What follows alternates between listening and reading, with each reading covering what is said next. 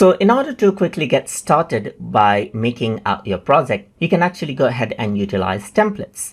So over here, you can see that I have nothing in my timeline right now in this project. So in order to add in something, you can go ahead onto templates right here, just like this.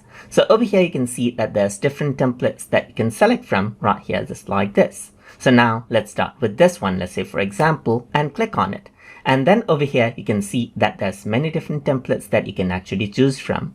So this actually looks like a presentation template. So if you're familiar with presentation contents, then you'll be able to easily use it as well. So let's just select this one, let's say, for example, and that template is inserted. I can go ahead and delete this out, the beginning one, and then over here I can change this out according to how I want. Let's say, for example, I'm going to say benefits of online education right here, just like this, and I'm going to go ahead and name it as TutorTube right here. So if I were to go ahead onto the beginning and press the play button, you can see that the animations are there as well. So if you want to quickly create a video, then this is what you can use. So if I were to go around over here, I can go ahead and click on this to add in another content as well. So let's say, for example, I'm going to say accessibility right here, just like this, or it's a spelling error. So let me just correct it. And then I'm going to go around and say low cost right here.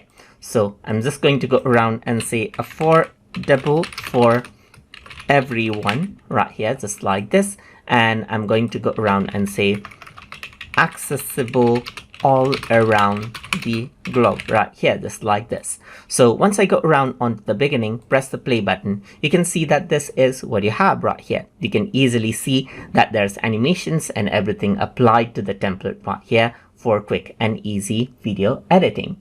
And that is how you can start using templates inside of Google Vids as needed.